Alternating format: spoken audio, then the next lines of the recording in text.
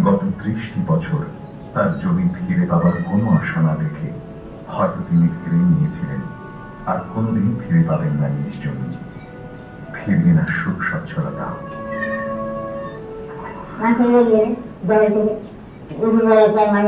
গেলাম, ওই থানায় গেলাম, ও কত জায়গায় গেলাম,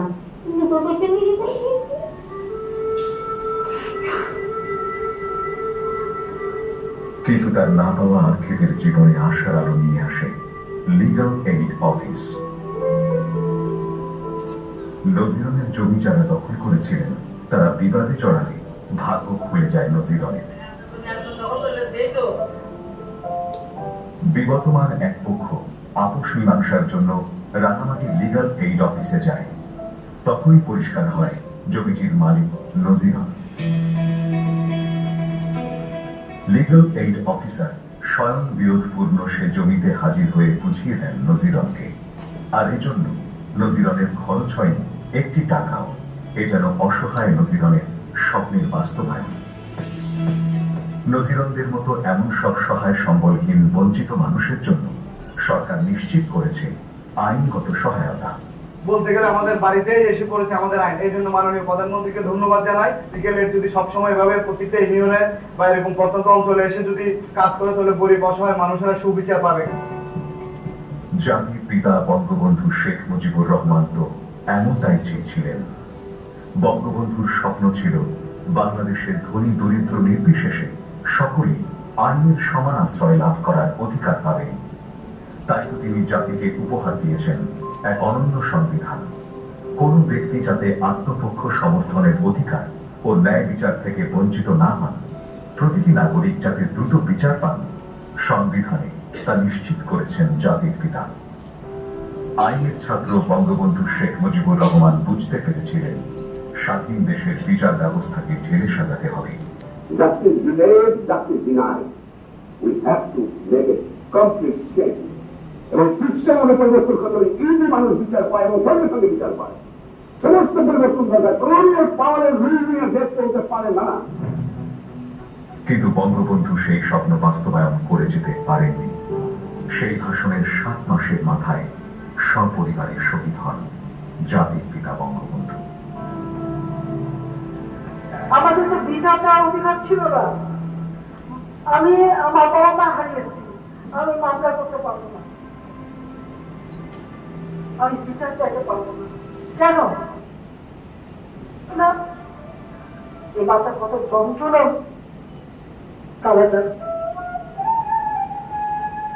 এমন নির্মম অভিজ্ঞতা যেন আর কারো না হয়, তা নিশ্চিত করেছেন মাদার অফ হিউম্যানিটি অভিধাপ্রাপ্ত মাননীয় প্রধানমন্ত্রী শেখ হাসিনা। বঙ্গবন্ধুর স্বপ্ন বাস্তবায়নে আর্থিকভাবে অসচ্ছল ও সুবিধা বঞ্চিত জনগণের সমান আইনি সুরক্ষা নিশ্চিত করার জন্য আইনগত সহায়তা প্রদান আইন 2000 প্রণয়ন করেন তারই সুযোগ্য উত্তরসূরি প্রধানমন্ত্রী শেখ হাসিনার নেতৃত্বাধীন সরকার।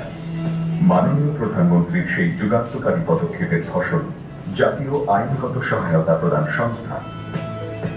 আইন, বিচার ও সংসদ বিষয়ক মন্ত্রণালয়ের মাননীয় মন্ত্রী জনাব আনিসুল হক এমপি 2014 সালে দায়িত্ব গ্রহণের পর লিগ্যাল এইড অফিসারের তত্ত্বাবধানে আপোষ মীমাংসার মাধ্যমে দ্রুততম সময়ে বিরোধ নিষ্পত্তির উদ্যোগ গ্রহণ করেন। এরই ধারাবাহিকতায় 2015 সালে আইনগত সহায়তা প্রদান, আইনি পরামর্শ ও বিকল্প বিরোধ নিষ্পত্তি বিধিমালা 2015 প্রণয়ন করা হয়। মাননীয় মন্ত্রী সরকারি আইনি সহায়তা কার্যক্রমকে জনগণের দোরগোড়ায় পৌঁছে দিতে প্রতিনিয়ত দিক নির্দেশনা প্রদান করে যাচ্ছেন। মাননীয় প্রধানমন্ত্রীর নির্দেশনা প্রত্যেক জেলায় জেলা লিগ্যাল এইড অফিস প্রতিষ্ঠার মাধ্যমে দরিদ্র ও অসহায় মানুষদের আইনগত সহায়তা প্রদান করা হচ্ছে। পাশাপাশি আইনগত পরামর্শ প্রদান করে মামলার পূর্বেই অনেক বিরোধ নিষ্পত্তি করা হয়েছে। আইনের শাসন প্রতিষ্ঠায় লিগ্যাল এইড অফিস সমূহ সেবা প্রত্যাশী জনগণের আস্থা। এই সংস্থা কিভাবে বিচার প্রার্থীদের সামনে অন্ধকারে আলোর দিশারি হয়ে ওঠে সেটি জানেন কেবল ভুক্তভোগীরাই।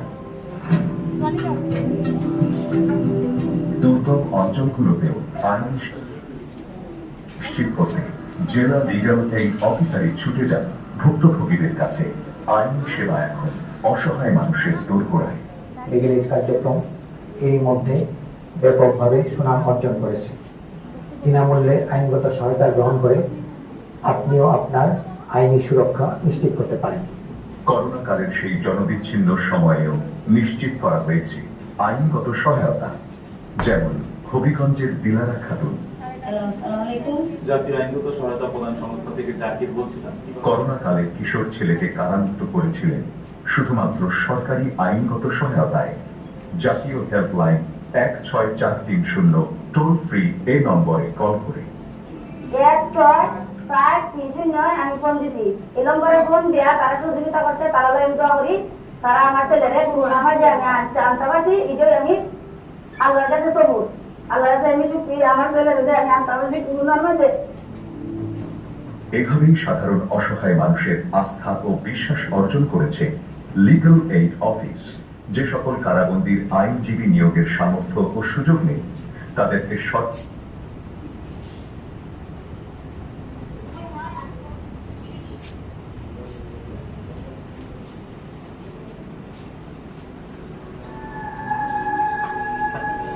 লেখে কারামুক্ত করেছিলেন শুধুমাত্র সরকারি আইনগত সহায়তায়।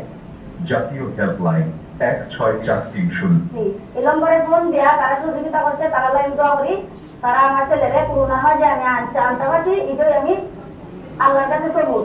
আল্লাহর কাছে আমি শুকরিয়া, আমার ছেলের আমি আনতে পারছি করোনার মাঝে। এভাবেই সাধারণ অসহায় মানুষের আস্থা ও বিশ্বাস অর্জন করেছে লিগ্যাল এইড অফিস। যে সকল কারাবন্দীর আইনজীবী নিয়োগের সামর্থ্য ও সুযোগ নেই তাদেরকে জাতীয় আইনগত সহায়তা প্রদান সংস্থার জেলা লিগ্যাল এইড অফিস কর্তৃক